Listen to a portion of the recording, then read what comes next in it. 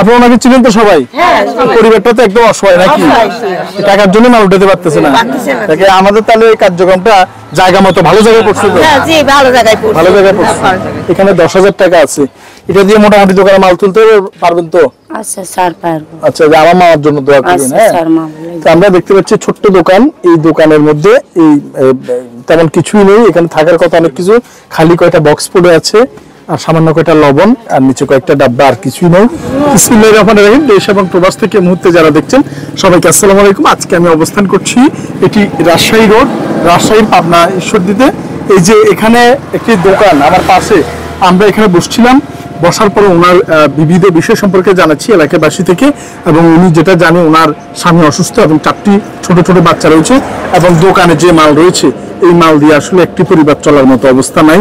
এই সারাদিনে আমার মনে হয় না যে এখানে সে 200 টাকা বিক্রি করতে পারবে, কিন্তু এটা দিয়ে কিভাবে চলবে এটা আসলে অজানা।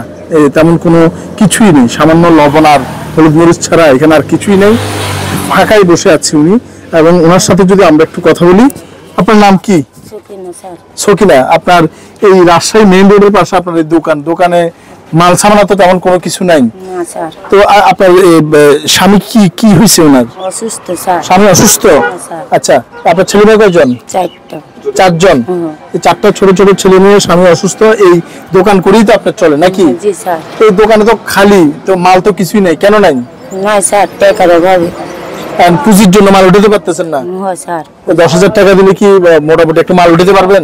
পারবো স্যার। আচ্ছা, তো আজকে ওনাকে আমরা এই দোকানটাতে মাল ওঠানোর জন্য 10,000 টাকা দিয়ে যাবো।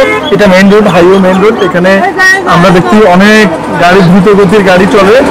এটি রাজশাহীর হাইওয়ে মেইন রোড, এবং মেইন রোডের পাশেই দোকানটি, রাজশাহী পাবনা ঈশ্বরদী।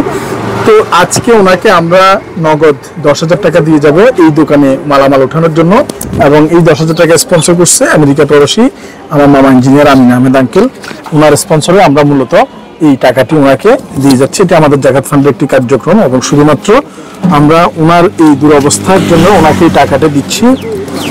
1 2 3 4 5 6 7 8 9 10, এখানে 10,000 টাকা আছে, এটা দিয়ে মোটামুটি দোকানে মাল তুলতে পারবেন তো? আচ্ছা স্যার পারবো। আচ্ছা, আমার মামার জন্য দোয়া করবেন। হ্যাঁ, আমরা দেখতে পাচ্ছি ছোট্ট দোকান, এই দোকানের মধ্যে এই তেমন কিছুই নেই, এখানে থাকার কথা অনেক কিছু, খালি কয়টা বক্স পড়ে আছে আর সামান্য কয়টা লবণ আর নিচে কয়েকটা ডাব্বা, আর কিছুই নেই। তো সারাদিন বসে থাকে, যদি মাল না থাকে তাহলে শুধু বসে থাকা। আর এই মানুষটা সম্পর্কে এখানে যে স্থানীয় মানুষজন রয়েছে, আপনি ওনাকে চিনেন তো সবাই?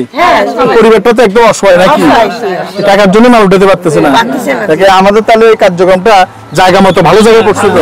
ভালো জায়গায় পড়ছে। আচ্ছা, আমার পাশে আছে আমাদের এই রাজশাহী প্রতিনিধি, আমাদের এই কার্যক্রমের অন্যতম সহযোদ্ধা আমাদের আব্দুল লতিফ ভাই। লতিফ ভাই, এই পরিবারটা তো আমরা এই পথে যাওয়ার সময় দেখলাম যে যা কিছু জানলাম এলাকাবাসী থেকে, আসলে তো একেবারে অসহায়। একদম অসহায় স্যার, একদম আর কিছুই নাই স্যার। ইনি যে কালার রুটি বিক্রি করে, এই হাইওয়ে ট্রাকের ড্রাইভার এখানে দাঁড়িয়ে এনার থেকে কালার রুটি খাই, এবং এনার ছেলেও আগে অ্যাক্সিডেন্ট হয়েছে অনেক বছর আগে, স্বামী অসুস্থ স্যার। এই জন্য দোয়া করি এই টাকাটি উপকার হবে স্যার। আপনাকে ধন্যবাদ, বিহারি সেবা ফাউন্ডেশন ধন্যবাদ স্যার। আপনি যাকে স্পন্সর করেছেন উনি আল্লাহ দীর্ঘ হায়াত করুক, তার নেক কামনা করছি স্যার আমি। স্যার ধন্যবাদ লতিফ ভাই। এই পানি তো যে কোনো মানুষে খাইতে পারে নাকি? টাকা লাগে না তো? শহরে পানি খেতে কিন্তু টাকা লাগে, জানেন? শহরে 1 গ্লাস পানি খেতে 2 টাকা লাগে, কিন্তু পানি ফ্রি, পানি খেতে টাকা লাগে না। ওনার এই দোকানটা যাতে 10,000 টাকায় মোটামুটি এই গ্রামের আশপাশের মানুষের জন্য পণ্য কিনে উনি আবার ব্যবসা শুরু করতে পারে, ওনার জন্য সবাই দোয়া করবেন। স্পেশালি ধন্যবাদ জানাচ্ছি আমেরিকা প্রবাসী আমার মামা ইঞ্জিনিয়ার আমিন আহমেদ আঙ্কেল, যার স্পন্সরে আমরা 10,000 টাকায় ওনার এই দোকানে মালামাল তোলার জন্য এই কার্যক্রমটি আমরা সম্পন্ন করেছি। ইনশাল্লাহ ভবিষ্যতে যাতে আমাদের এই ধারা অব্যাহত থাকে, সবাই আমাদের জন্য দোয়া করবেন। রাজশাহী পাবনা মেইন রোডের হাইওয়ের পাশ থেকে। আসসালামু আলাইকুম রহমতুল্লাহ বারাকাতুহু।